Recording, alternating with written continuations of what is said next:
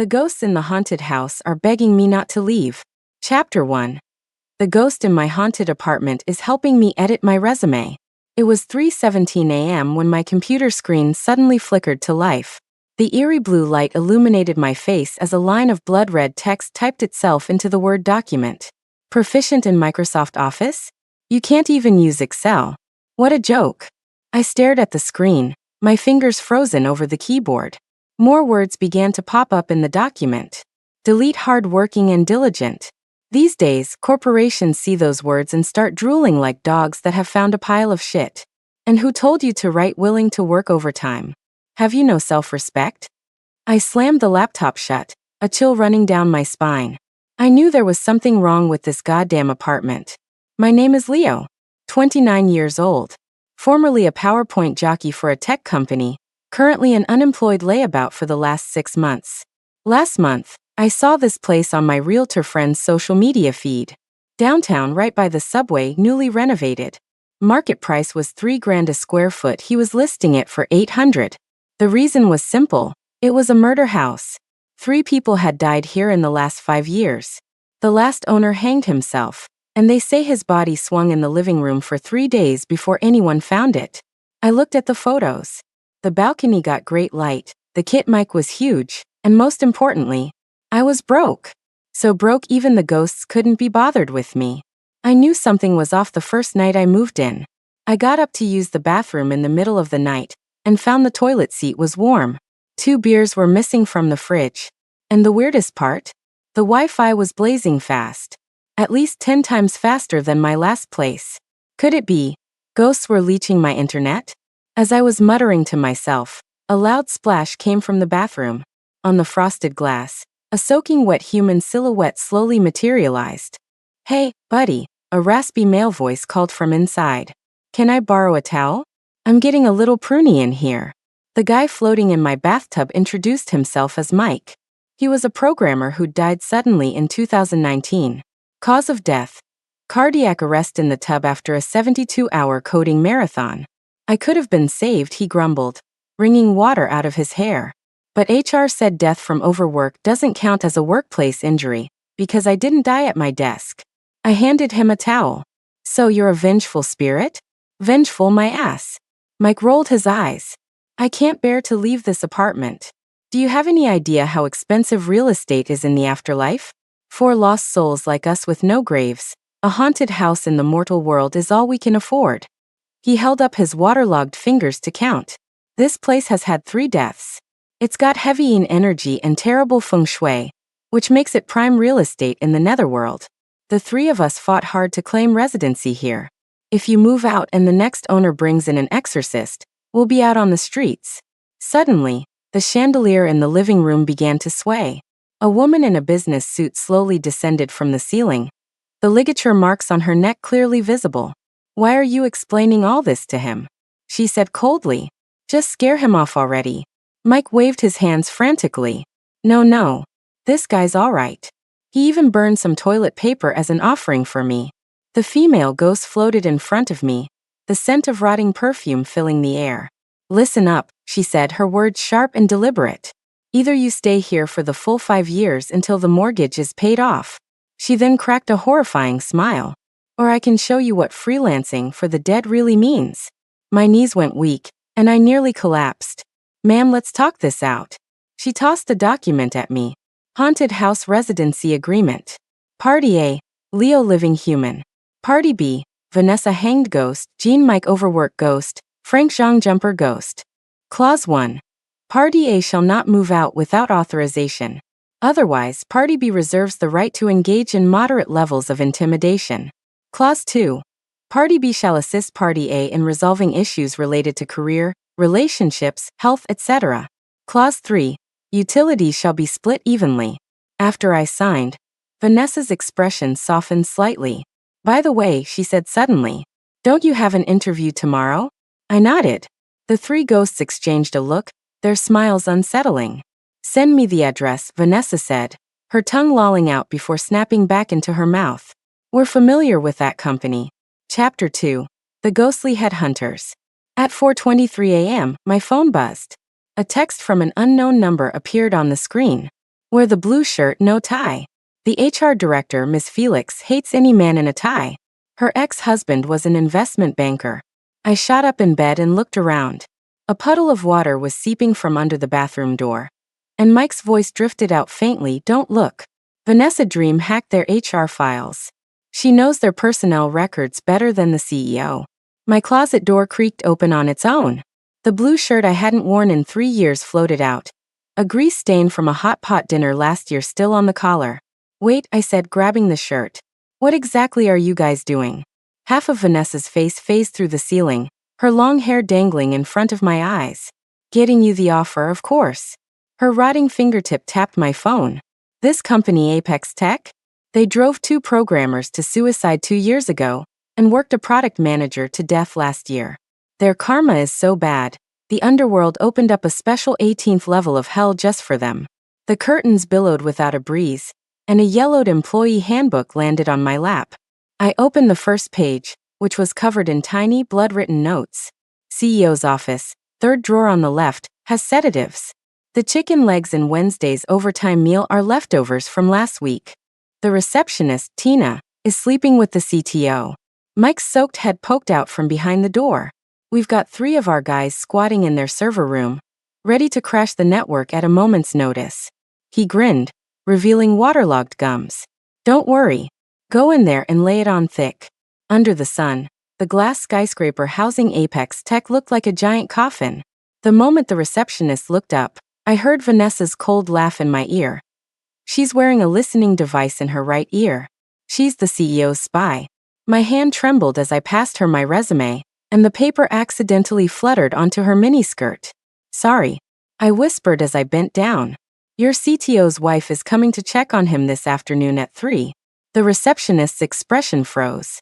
5 minutes later, I was led into a conference room. In the reflection of the mirrored glass, I could vaguely see an old man with a twisted neck riding on the HR director's shoulders. It was Frank, the jumper, blowing phantom energy into her ear. "Your project experience," the HR director suddenly shivered, "is very unique." Her eyes were glazed over as she flipped through my resume, where several new lines had mysteriously appeared in blood-red ink. "Led the development of the underworld's ERP system. Optimized the reincarnation algorithm, reducing rebirth processing time by 30%. A pinch of paper ash suddenly drifted from the air vent and landed in the HR director's coffee. She took a sip, dazed, then her eyes filled with tears. "So inspiring. Can you start tomorrow? We'll give you the highest salary bracket." That night, the 3 ghosts gathered around my new company ID badge, clucking their tongues. A company this scummy actually has facial recognition for their security gates? Vanessa's fingernail scraped across my photo on the badge, leaving a black scorch mark. "Tomorrow, I'll have Frank hack the database and turn on the beauty filter for your face scans." Mike was using his spectral energy to overclock my laptop. "I've planted a Trojan on their internal network. Anyone who assigns you an impossible workload will get the blue screen of death." Frank, floating by the chandelier, spoke up suddenly. "The 37th floor fire escape." His cloudy eyes turned to me. "Go up there during your lunch break tomorrow. There's something in the wall." I opened my mouth to ask, but the 3 ghosts simultaneously put a finger to their lips. The bathroom faucet suddenly burst, and the bloody mist that sprayed out coalesced into 3 words on the tile. "Don't ask, or die." Chapter 3. The Ledger in the Wall. During my lunch break, the 37th floor of Apex Tech was as quiet as a tomb. I pushed open the heavy iron door to the fire escape, and the smell of mildew mixed with something sickly sweet hit me. The emergency light at the end of the hall flickered, illuminating the dense web of fingernail scratches on the walls. "Third tile from the left," Frank's voice echoed in my ear. The icy breath numbed the side of my face. "Pry it open." I pulled the pen Vanessa had given me last night from my pocket. The nib had somehow transformed into a sharp blade. The grout around the tile was already crumbling, and it came off with a gentle pry. In the darkness, a stack of documents wrapped in plastic wrap glowed faintly. "Don't touch it with your bare hands." Mike's warning came a second too late. The moment my fingertips touched the file, a jolt of pain, like an electric shock, shot through me. What was under the plastic wrap wasn't paper at all. It was 3 sheets of human skin, each covered in financial ledgers tattooed with meticulous detail. The ink, like veins of blood, seemed to flow slowly beneath the skin. The latest entry read, September 15th, 2023 payment to L City Construction Bureau Souls X2 female, 2530. It's a sole contract. Vanessa's head emerged from the wall, her long hair wrapping around my trembling wrist. The living pay with their lifespan, the dead pay with their souls. That bastard is using us like currency. The human skin suddenly convulsed violently. The third sheet displayed an image, like a security camera feed. In a dark office, a pot-bellied man was kneeling before an altar. On the table wasn't a statue of a god of wealth, but a pitch-black idol of an infant. As he slid the human skin ledger into the idol's base, the baby's eyes suddenly moved, staring directly at me. Smack. Vanessa's severed hand covered my eyes. Don't look at that thing, she said, a trace of fear in her voice for the first time. It recognizes the gaze of the living.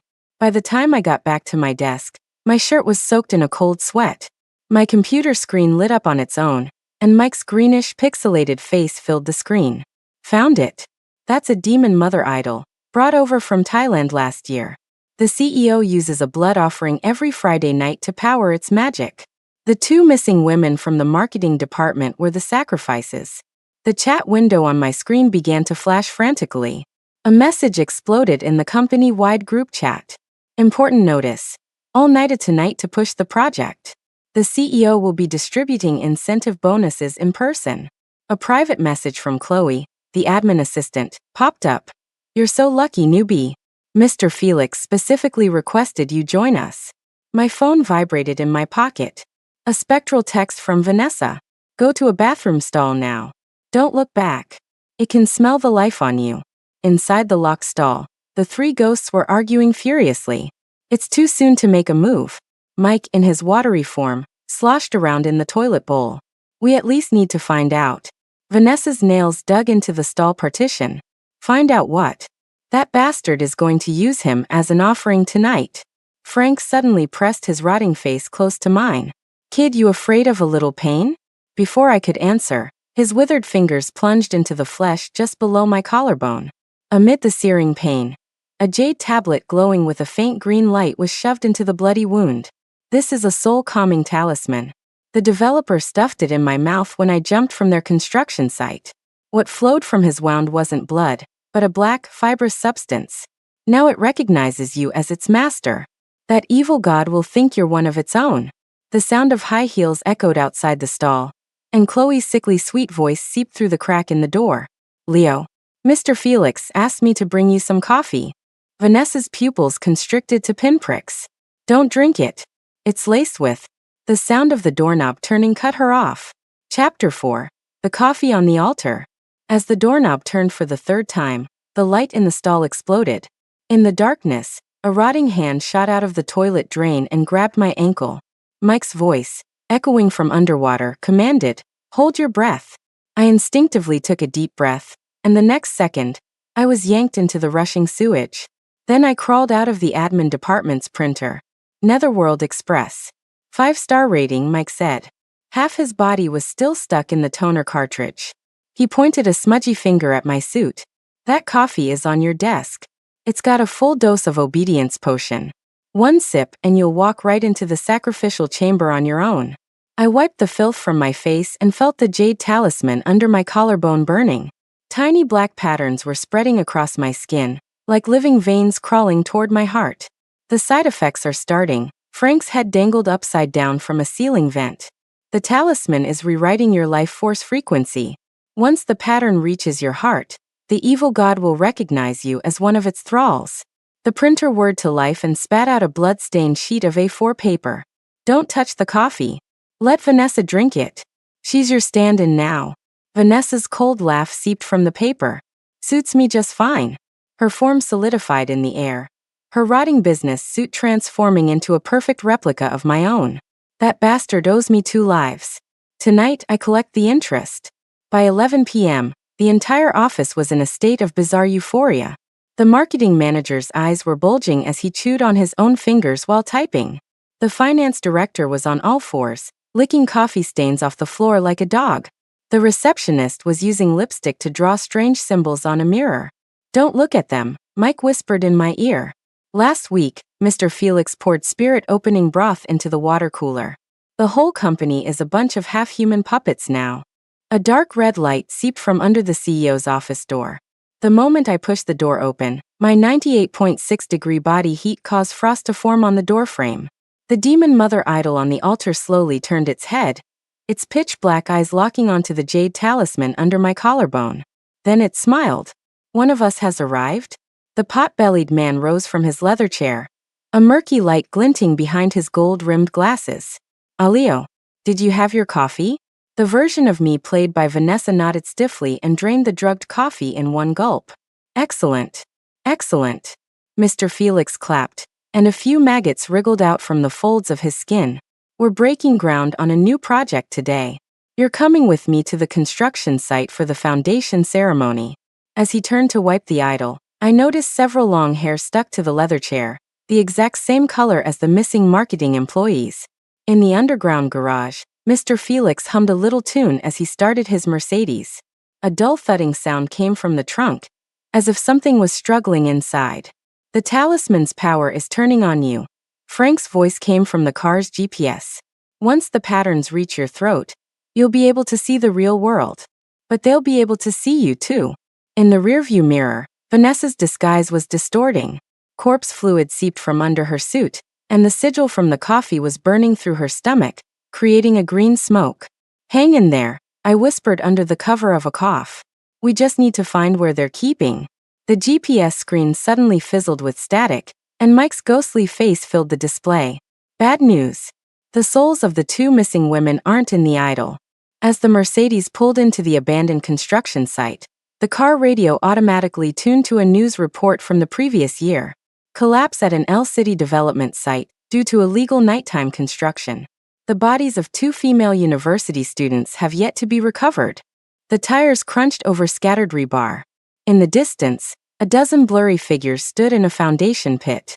They held candles, surrounding a coffin that was half sealed with concrete. Mr. Felix handed me a shovel with a grin. "Here. The new guy always digs the first shovelful." The coffin lid suddenly began to vibrate violently, and the sound of scratching nails echoed from within. Chapter 5. The Cries in the Concrete. The moment the shovel hit the concrete, a piercing shriek, like a baby's cry, echoed from beneath the ground. "Dig." Mr. Felix's fat hand slapped my shoulder, his suit cuff smudged with a few drops of dried blood. "This is your initiation ceremony. You know how many people would kill for this opportunity." The coffin lid trembled, and a blackish red slime oozed from the cracks in the concrete, like a mixture of rotten blood and rust. My hand holding the shovel was suddenly controlled by an unseen force. The patterns from the jade talisman had already spread to my right arm, thin black lines pulsing like veins beneath my skin. "Don't fight it," Frank's voice rumbled from the earth below. "The talisman is syncing with your muscle memory. Just act like you're being controlled." I shoveled dirt mechanically, catching a glimpse of the Vanessa me convulsing in my peripheral vision. The collar of her suit ripped open, revealing the rotting skin beneath. The sigil from the coffee was boring through her organs like a living worm.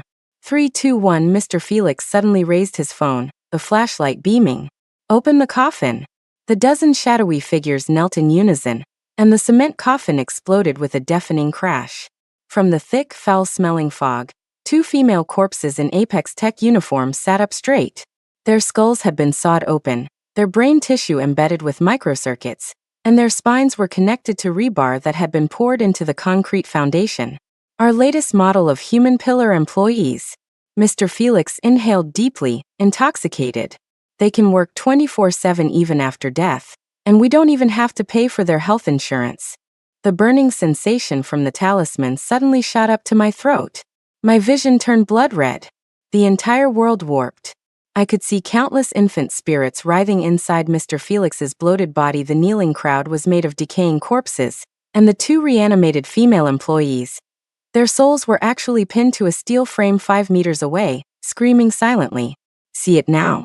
Mike's ghost crawled out of the Mercedes gas tank. "That coffin is an underworld signal tower. It uses living souls as antennas and dead bones as base stations." Vanessa suddenly lunged, her rotting hand piercing through Mr. Felix's back. "You bastard! Last year you said you were hiring an admin assistant." Her accusation was cut short. The back of Mr. Felix's torn suit revealed greenish-black skin, tattooed with a complete image of the demon mother idol. The idol on his back suddenly opened its eyes, and Vanessa's arm instantly carbonized. I knew some filth had snuck in. Mr. Felix's head turned with an audible crack, and a second face emerged from the back of his skull, the face of the pitch-black infant from the altar. "Perfect. I'll use you to complete tonight's offering." The moment I lunged for the steel frame, the jade talisman under my collarbone burst from my flesh. It split into 3 pieces in mid-air, striking the foreheads of the 2 female employees and Mr. Felix's chest with perfect accuracy. "Now." Frank's roar rattled my eardrums. "Pull out the main rebar from the coffin." In my hands, the concrete suddenly felt as soft and yielding as rotten flesh. As I gripped the rust-red rebar, a flood of images poured into my mind. Mike, working late in the server room, as a black infant crawled out of his monitor. Vanessa, seeing the demonic face on Mr. Felix's back just before she was pushed down the stairs. Frank, in the split second before he hit the ground, realizing the steel frame was filled with the bodies of missing construction workers. "These are your memories?" The rebar began to vibrate at a high frequency, and the entire construction site started to shake. The souls of the 2 women broke free from their bonds and shrieked as they charged at Mr. Felix. His skin burst like a balloon, and the pitch-black infant floated in the air, an umbilical cord still attached to its navel. The other end led directly to the wound in my collarbone. "It's marked you as its new mother." Mike's severed hand frantically clawed at the wound. "Use the rebar, stab it." The infant's cries suddenly transformed into a chorus of 300 voices, chanting a Buddhist sutra. At the edge of the foundation pit, a dense crowd of figures appeared, engineers holding blueprints, workers in hard hats, women cradling babies. Their bodies were all the color of cement, with rebar protruding from their eye sockets. "They're finally here." Frank's soul laughed as it began to dissipate. The real owners of this property. 300 pairs of cement hands simultaneously pointed at the rebar in my grasp. Chapter 6. The Debt-Collecting Homeowners.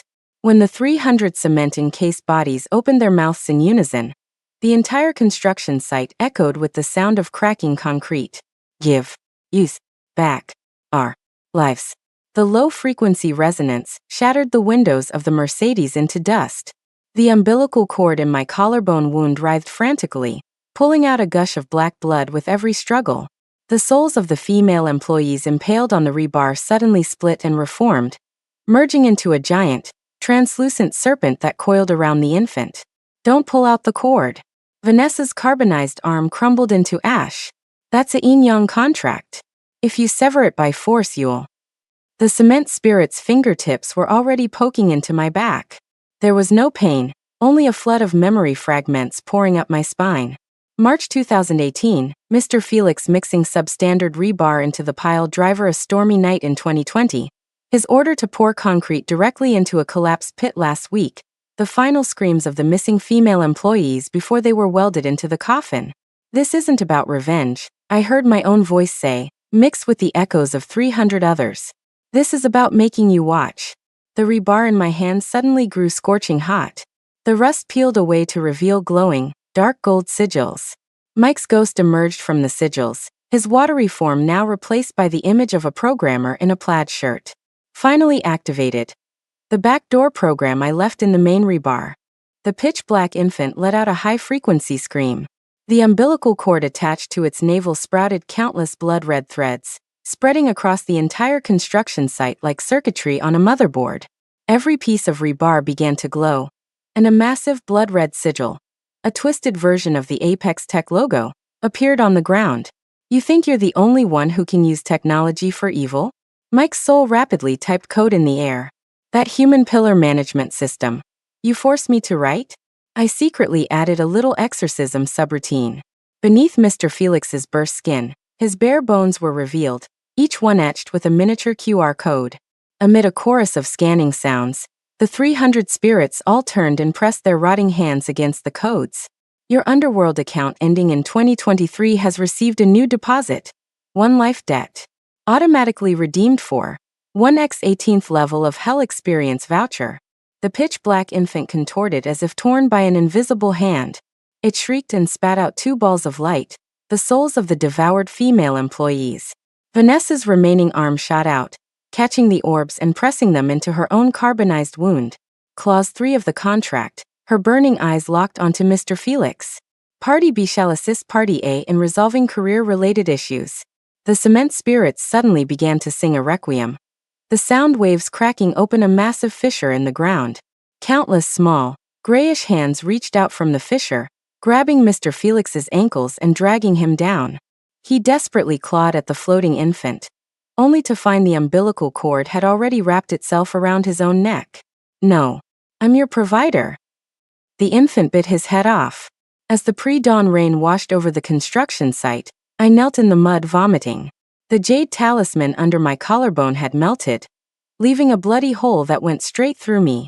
Stop picking at it, Mike's fading soul said, sitting on a piece of rebar. That was the demon mother's life source jade. You're its new host now. Vanessa was regenerating her body, the souls of the 2 women glowing within her. We found it. Behind Mr. Felix, there's... Her warning was cut off by the screech of brakes. Chloe, the admin assistant, pulled up in her red BMW at the edge of the ruin. She stepped out in high heels, holding an urn covered in talismans. As the rain washed over her, her shadow split into 7 distinct shapes, each with a fox's tail. Impressive, she said, bending down to place the urn on the ground. Her pupils narrowed into slits. But did you really think he was the only one in on a scheme this big? The lid of the urn slid open on its own, revealing a box filled to the brim with still beating black hearts. Chapter 7. The Casket of Fox Hearts. In the urn at Chloe's feet, the black hearts suddenly began to beat in unison. Thump, thump, thump. With each beat, a gush of black blood erupted from the hole in my collarbone. The rhythm nearly dissipated Mike's fading soul.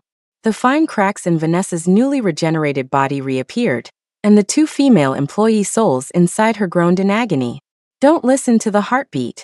Frank's roar came from deep within the earth. It's a fox demon's soul-stealing drum. Too late. The rhythm of the black hearts had already hijacked my own pulse. My vision began to warp, Chloe's figure splitting and merging until she became the shimmering silhouette of a giant, 7-tailed fox. With every step, her high heels burned glowing paw prints into the mud. A fool like Felix was just our walking ATM, she said, kicking his severed head. Her fox-like teeth crunched his gold-rimmed glasses. The real business. The urn exploded, and 100 hearts floated into a ring in the air. The face of a person appeared in each heart. The director of the City Planning Bureau, a bank president, the chief of the court's enforcement division. There were even 2 men in Taoist robes. Has always been a trifecta of corrupt officials, corporate sharks, and crooked mystics. The rain suddenly began to flow upwards. In the suspended raindrops, countless memory fragments appeared. The bureau director signing shady contracts with developers in a karaoke bar, the bank president packaging bad loans as retirement funds, the Taoist priests using copper coin swords to bless shoddy, unfinished buildings. Last year's collapse, I said, wiping the blood from my face. You did it on purpose. One of the fox's tails shot out, pierced my shoulder, and hoisted me into the air. In the searing pain, the hole in my collarbone was forcibly stretched open, and the shadowy form of the pitch-black infant writhed inside. What a fine host, Chloe licked her sharp teeth. First time I've seen a demon mother parasite a living human.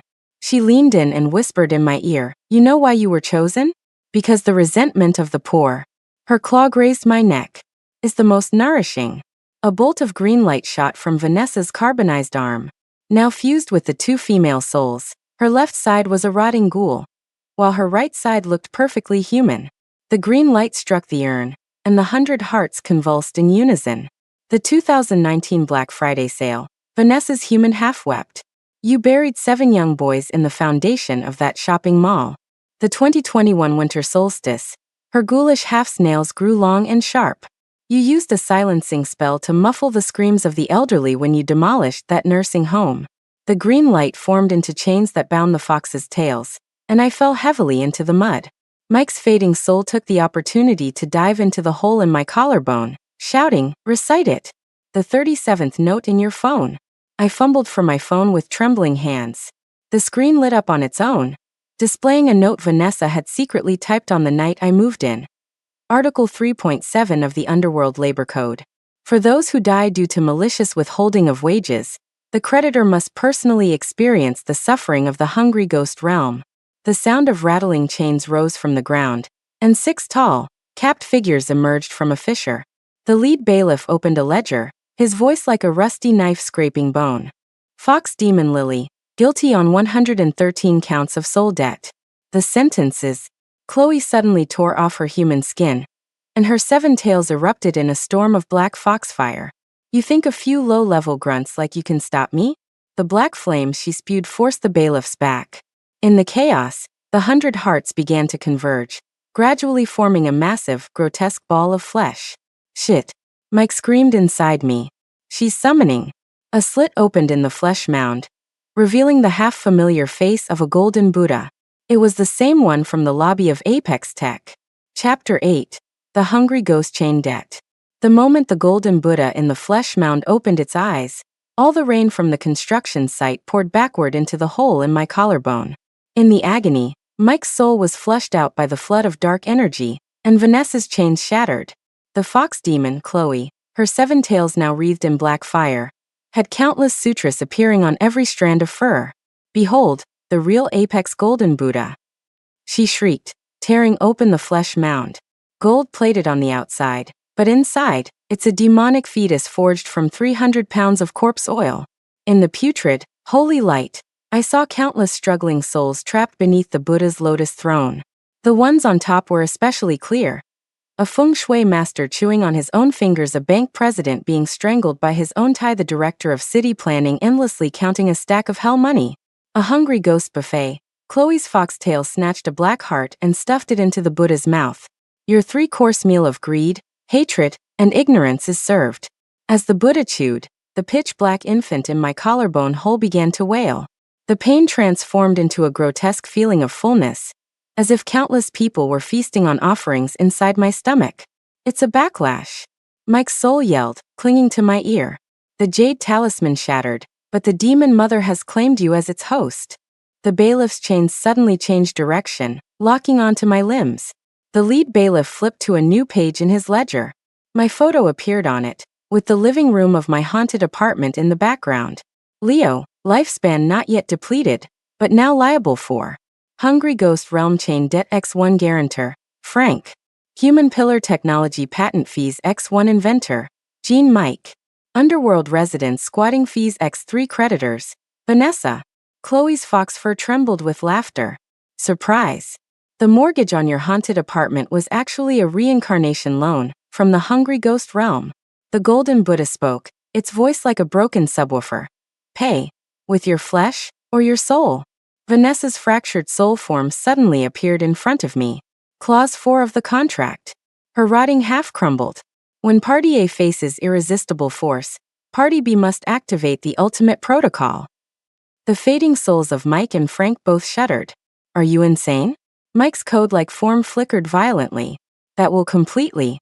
Vanessa had already plunged her hand into her own chest, pulling out the 2 orbs of the female employee's souls. The moment they merged, every piece of rebar on the site let out a piercing scream, and a massive blood-red circuit board diagram appeared on the ground.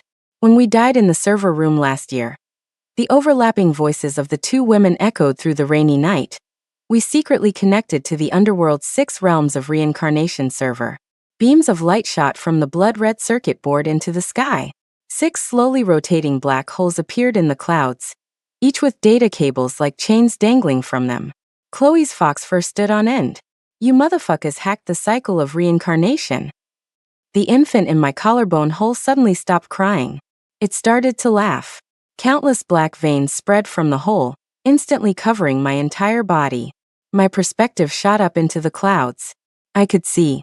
Mike's stream of code was hacking the entrance to the animal realm. Frank's resentment was wrapped around the chains of the Hungry Ghost Realm. Vanessa and the women's soul orb were building a bridge between the human and hell realms.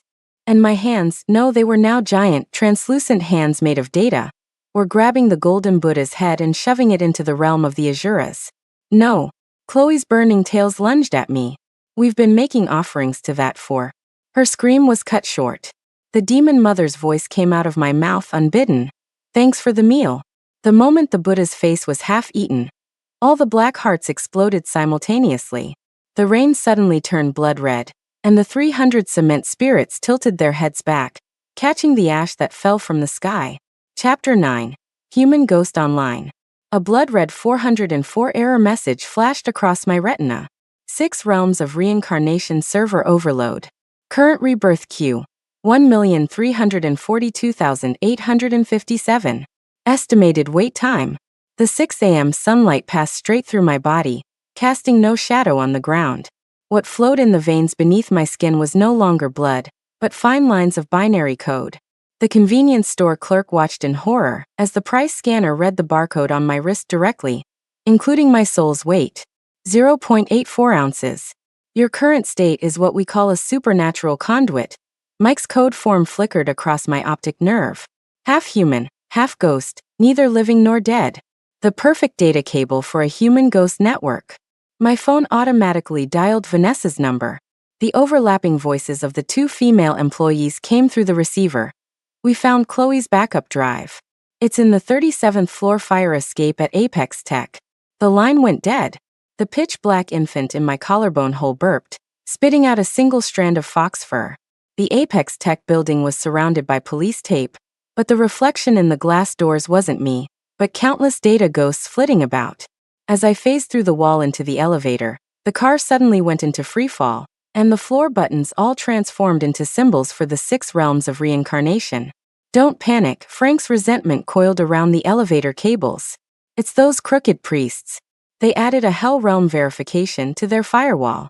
The elevator screeched to a halt at floor B18. Outside the doors was a vast starry sky, the nebulae forming a giant Buddha's hand. In its palm was a glowing, USB drive-shaped object. Mike's code went wild with excitement. Holy shit. They stored the Hungry Ghost ledgers on the Inferno cloud. The moment I reached for it, the Buddha's hand snapped shut. The starry sky collapsed into the familiar scene of an office, and Chloe's charred fox tail dangled from a ventilation duct. A bronze USB drive clutched in its tip. Go on, take it. What was left of her face seeped out of the ceiling. See what you overlooked when you were so busy hacking the cycle of reincarnation. The moment the USB drive was plugged into a fire hydrant, the entire floor transformed into a giant holographic projection. Qingming Festival, 2018. Mr. Felix knelt before an old man in a traditional tunic. Spread on the floor wasn't a blueprint, but a map of El City's ley lines, drawn with bone ash. The needle on the compass in the old man's hand was half of an infant's finger bone. Chairman Leo of the Feng Shui Association. Vanessa's voice came from a fire extinguisher. So he was the Real. The projection suddenly switched to the living room of my haunted apartment. Frank's corpse was arranged in a meditative pose, with 7 coffin nails driven into his skull. Etched on the nails were Hungry Ghost reincarnation sigils. Mike's code jumped erratically. Fuck. Our apartment is a yin-yang node. Old Man Leo was using Frank's corpse as a router to funnel high-interest loans from the Hungry Ghost realm into the mortal housing market. Chloe's remaining eyeball burst, and the splattered blood congealed in the air to form one final image. Chairman Leo was caressing the demon mother idol, and cradled in the idol's arms was a miniature version of my face. The hole in my collarbone flared with pain as the pitch-black infant reached out a tiny hand and grabbed the USB drive. A torrent of data flooded into my body through the umbilical cord. My vision exploded with countless security feeds. The urn in my apartment was glowing hot. Vanessa's reflection in the mirror was starting to move on its own. Mike's code was planting a Bitcoin mining virus on the underworld servers. But the most terrifying feed was from my living room. A man who looked exactly like me was sitting on my couch, using my phone to send the same message to everyone in my contacts. Are you ready to pay the price? My phone vibrated in my pocket. I pulled it out and saw the sent message log. This message has been sent to 327 people, including the entire El City Planning Bureau, my former colleagues at Apex Tech, my high school homeroom teacher, the guy at the local mail pickup spot, and my mom. Chapter 10 Mirror Invasion. My phone was still buzzing uncontrollably. 327 red receipts were multiplying on the screen like a virus, each one followed by a blood-red character for debt. My mom's reply was the first to pop up. Leo, honey, why did the blood pressure medicine on your nightstand turn into incense ash? The infant in my collarbone hole giggled, its umbilical cord tightening around my trachea. The remnants of the doppelganger's data screamed through my veins. Let her in. Chairman Leo needs a direct blood relative to be the eye of the ritual. Mike's code forcibly took control of my right hand, yanking the TV's power cord from the wall just before the door opened. Amid a shower of sparks, Vanessa's carbonized arm reached out from the urn, burning 4 words into the ash on the floor. Don't make a sound. Play dead. This is what my mom saw when she opened the door. Me, foaming at the mouth, collapsed on the couch. My phone screen was displaying a sudden cardiac arrest warning. Scattered on the coffee table were blood pressure pills and a half-eaten bowl of instant noodles. Oh my boy. Her cry was cut off as the souls of the 2 female employees drifted out of the urn. They took on human form and supported my mom, one covering her mouth, the other her eyes. The living half of their fused form wore Vanessa's signature professional smile. Ma'am, we're from Community Health Services. Mike's code seized the opportunity to rapidly reconfigure my vocal cords. Cough twice. Mimic your dad's death rattle. I curled up, convulsing, and let out a wheezing gasp. The effect was immediate. My mom's legs gave out, and the 2 soul women helped her onto the sofa. Her trembling hand reached for my forehead, but froze the instant it touched my skin. That's not right, she said, suddenly yanking open my collar. This pattern on your skin. It's just like the one that appeared on your father's chest before he. The countdown on the urn suddenly accelerated. 6 hours. The setting sun over Phoenix Mountain Cemetery looked like a festering eyeball. I hid in a grove of cypress trees by the cemetery's side gate, watching Chairman Leo direct his workers as they set up an altar. They weren't carrying a coffin, but the golden Buddha from Apex Tech. Its head was now cracked open, revealing a complex clockwork mechanism inside. A 6 realms of reincarnation simulator. Is the equipment calibrated? Chairman Leo's tunic was stained with incense ash. We're collecting 113 high-value debtors tonight. Especially that one Leo. He lifted the Buddha's base, and the blood in my veins turned to ice. Arranged neatly inside were 113 yellow talismans, each bearing the name and birth date of a contact from my phone. My mom's was at the very top, but the name circled in red ink was mine. The hole in my collarbone suddenly expanded, and the pitch-black demon mother infant crawled all the way out.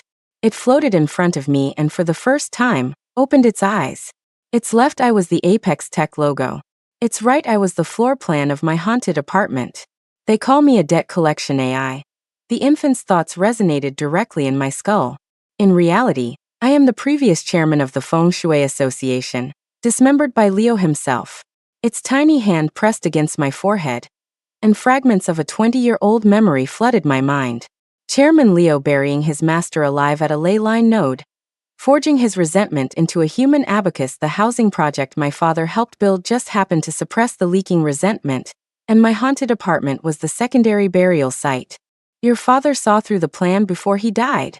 So he used his own soul as bait.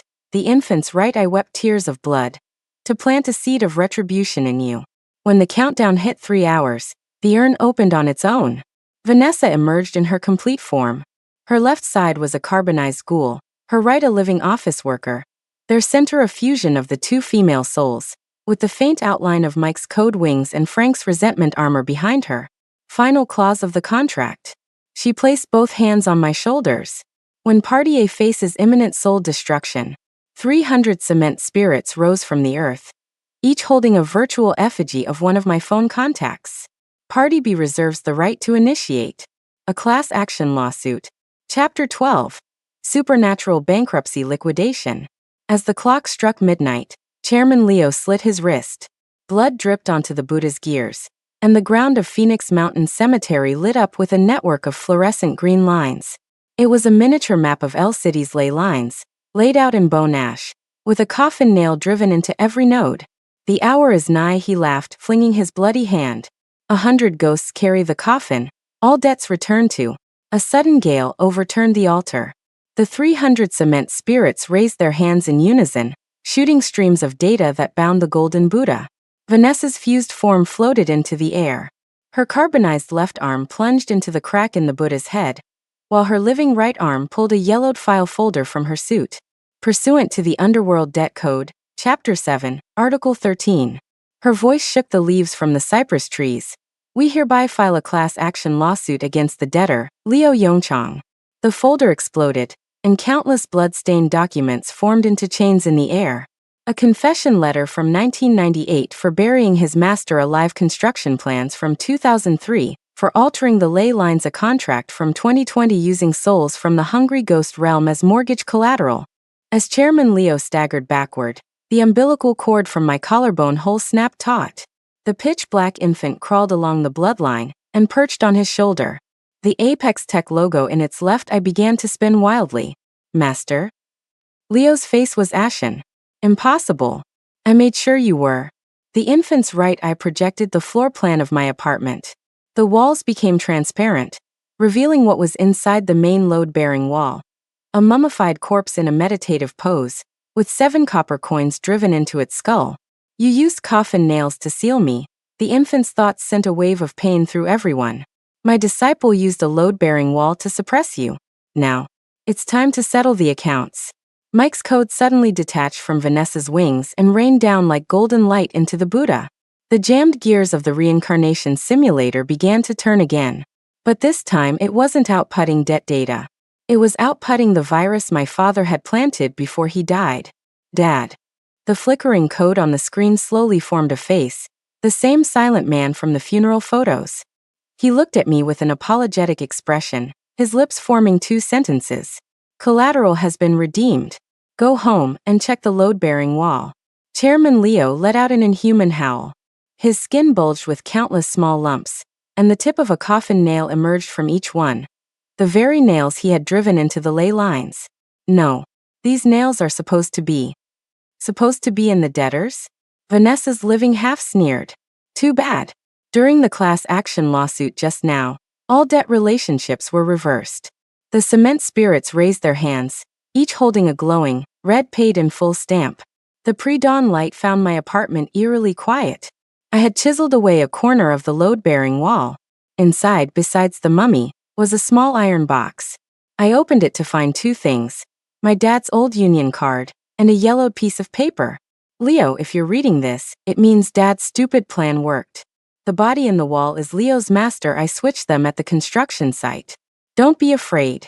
The pattern on your skin is a heart protection charm I had an old Taoist from the Union draw for you. Remember to light a stick of incense for the old master on the 15th of every month. I knelt before the incense burner, watching the smoke rise in a straight column. Vanessa's fading soul leaned against the doorframe, the carbonized parts of her flaking away. The contract is up. Her voice grew fainter. Time for the handover. My phone suddenly buzzed. It was a public service announcement from the City Planning Bureau. Notice: all Underworld-backed loan services are to be immediately suspended. I felt a slight wiggle from the hole in my collarbone. The pitch-black infant crawled back inside. This time, it felt warm. The end.